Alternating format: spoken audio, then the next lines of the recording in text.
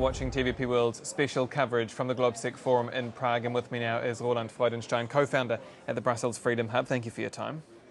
Pleasure to be with you, Aaron. So, Israel, Iran. Polish Prime Minister Donald Tusk says, quote, "Since World War II, we haven't been so close to a global conflict." Is he right?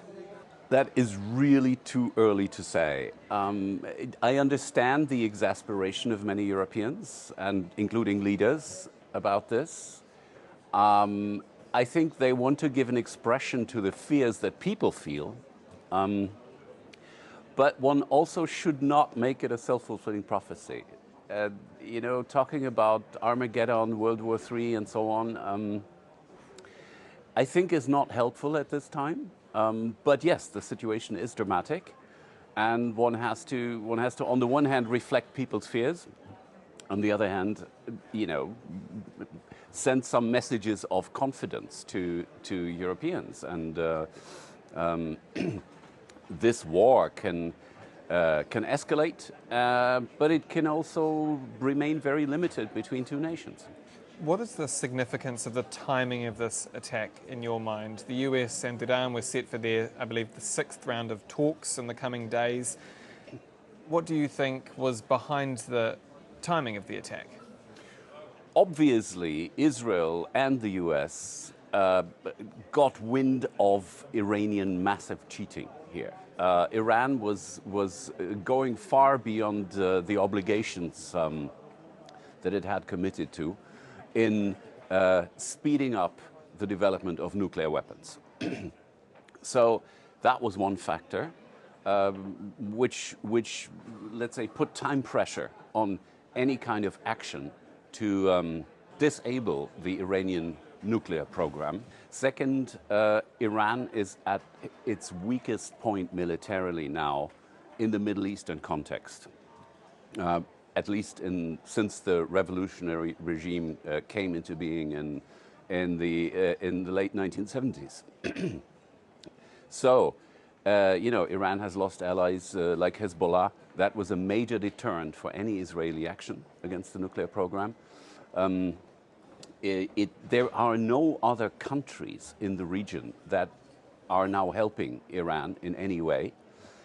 The Houthi militias in Yemen, nothing else. So, and at the same time, there is a US administration in office that, according to all we know, was somehow informed, certainly didn't try to, or couldn't actually keep the Israelis from doing this. As we see that President Trump is selling this whole thing as some kind of victory. If we move to Central Eastern Europe, how will Russia be watching this play out? What will Vladimir Putin be looking for, and the Kremlin in the Middle East? For Vladimir Putin, this is a mixed bag. In the short run, the oil price is going up, which is great for his finances. The drone supply from Iran will not be the same, although it has to be said that many drones were already produced in license in Russia itself. So the Shahid drone, for example, which is extremely cheap, can be mass produced. This was largely done in Russia. Ballistic missiles was, I think, still a different story. They were shipped.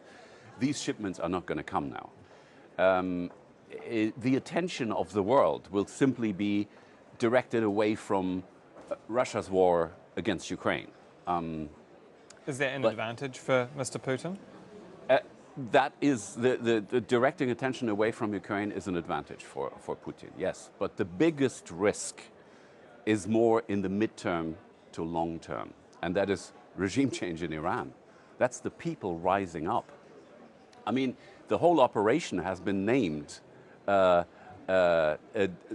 rising lion, and it's a Bible quote. The people rose like a lion, and the people that is rising here, or should be rising, is obviously not the Jewish people, it's the Iranian people, and Netanyahu made that clear yesterday.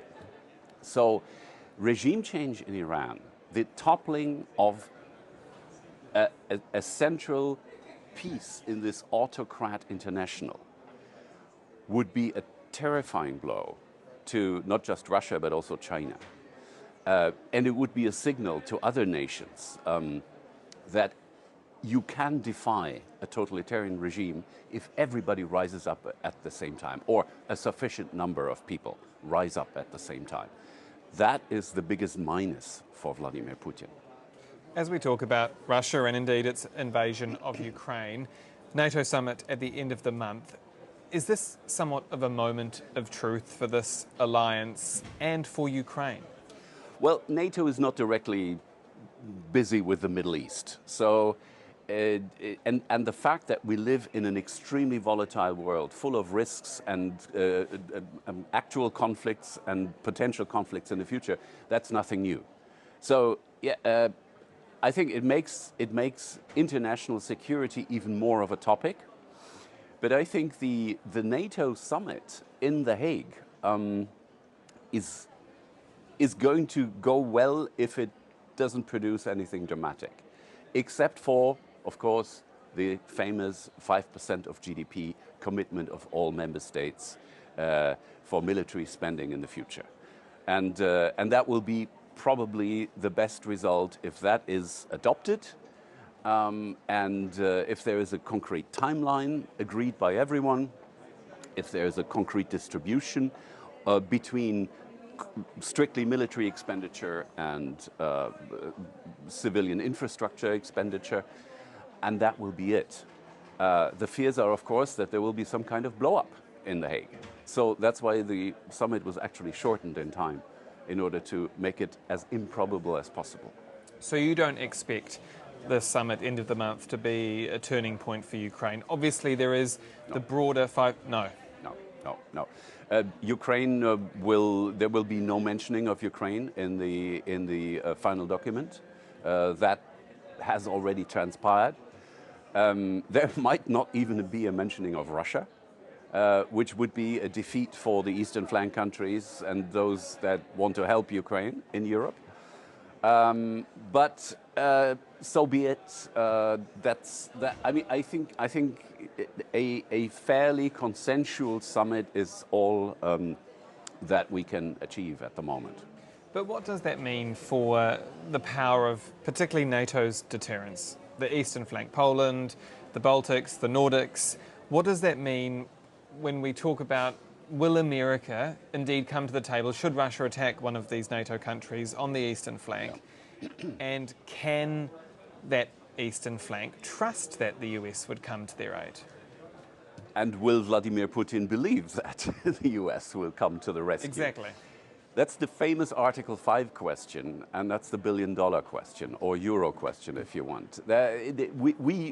We don't know to what extent President Trump has already managed to undermine Article 5, the credibility of this alliance character of NATO. And that was going to be my next question. Do you feel like that NATO Article 5, this idea that an attack on one is an attack on all, and that America would come to the aid of, let's say, Poland or the Nordics or the Baltics, or any NATO country, has that guarantee, that NATO deterrence guarantee, become weaker under Donald Trump? Yes, absolutely. But still, there's no doubt that a world with NATO, even a weakened NATO, is better than a world without NATO. So, I mean, the Europeans take what they can get at the moment, I would say. The same refers to the American nuclear guarantee.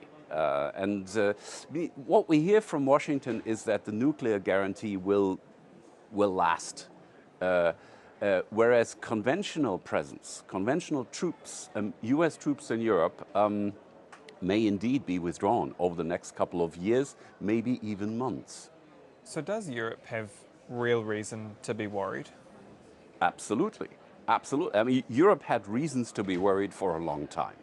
And, you know, I mean, we heard the alarm, but we pushed the snooze button.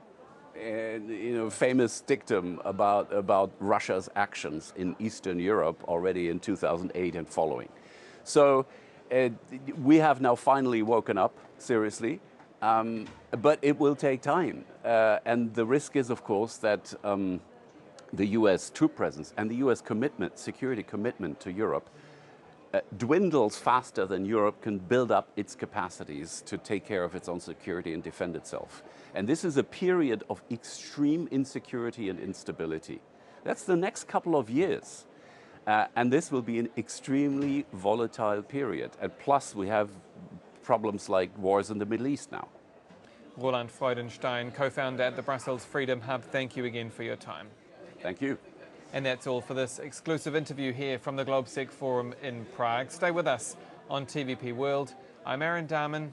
Goodbye for now.